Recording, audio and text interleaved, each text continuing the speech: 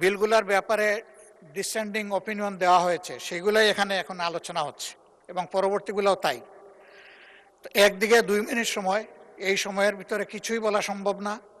Descending কেন দিলেন, তার প্রেক্ষাপট কি হওয়া উচিত, এই বিষয়গুলো তো বলার সুযোগ না দিলে আমরা একদিকে 2 মিনিট পাচ্ছি, অন্যদিকে আনলিমিটেড টাইম দেওয়া হচ্ছে যারা উত্থাপন করছেন তাদেরকে।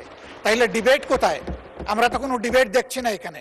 সেই ডিবেটের সুযোগ যদি না থাকে, মাননীয় স্পিকার এখানে বসে আমাদের লাভ কি?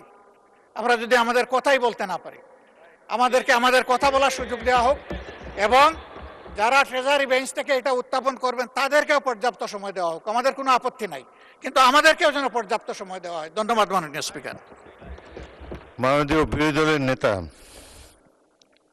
আমি সংসদের অতীত নজিরগুলোই শুধুমাত্র ফলো করে যাচ্ছি। ওখানে আপত্তি জানালে, উত্থাপনের আপত্তি জানালে তখন 2 মিনিট করে সময় দেওয়া হতো, আজকে 6 মিনিট দিয়েছি। এরপরে যদি আপনারা দফাওয়ারি সংশোধনী দিতেন সেখানেও বলার জন্য তখনও 2 মিনিটই সময় দেওয়া হতো, তবুও অল্প কিছু বাড়িয়ে দেওয়া যায়।